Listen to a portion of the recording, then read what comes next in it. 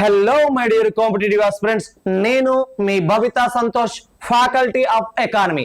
ఈ రోజు economy subject లో భాగంగా ఒక కరెంట్ టాపిక్ తోటి మీ ముందుకు రావడం జరిగింది. అదే ఫిజికల్ డెఫిసిట్, కోశ లోటు లేదా ద్రవ్య లోటు అనేటువంటి టాపిక్. మరి కోశ లోటు లేదా ద్రవ్య లోటు అంటే ఏంటిదంటే, ఇక్కడ గతంలో ఉన్నటువంటి బడ్జెట్ లోటు విలువకి ప్రభుత్వం తీసుకున్నటువంటి మొత్తం రుణాల విలువను కలిపితే ఏర్పడేటువంటి లోటునే ద్రవ్య లోటు లేదా కోశ లోటు అంటారు. అంటే ఇక్కడ కోశ లోటు ఈజ్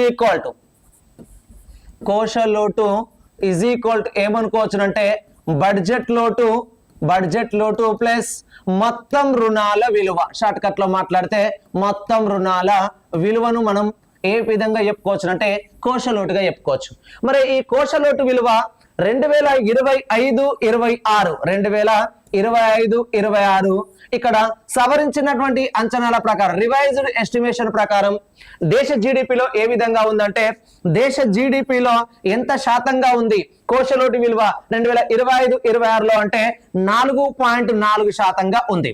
మరి 4.4% విలువ, 4.4% యొక్క విలువ అమౌంట్ లో ఏ విధంగా ఉంది అంటే, ఇక్కడ 15,58,492 కోట్లుగా ఉండడం జరిగింది. ఇది 2025-26 ప్రకారం. మరి 2026-27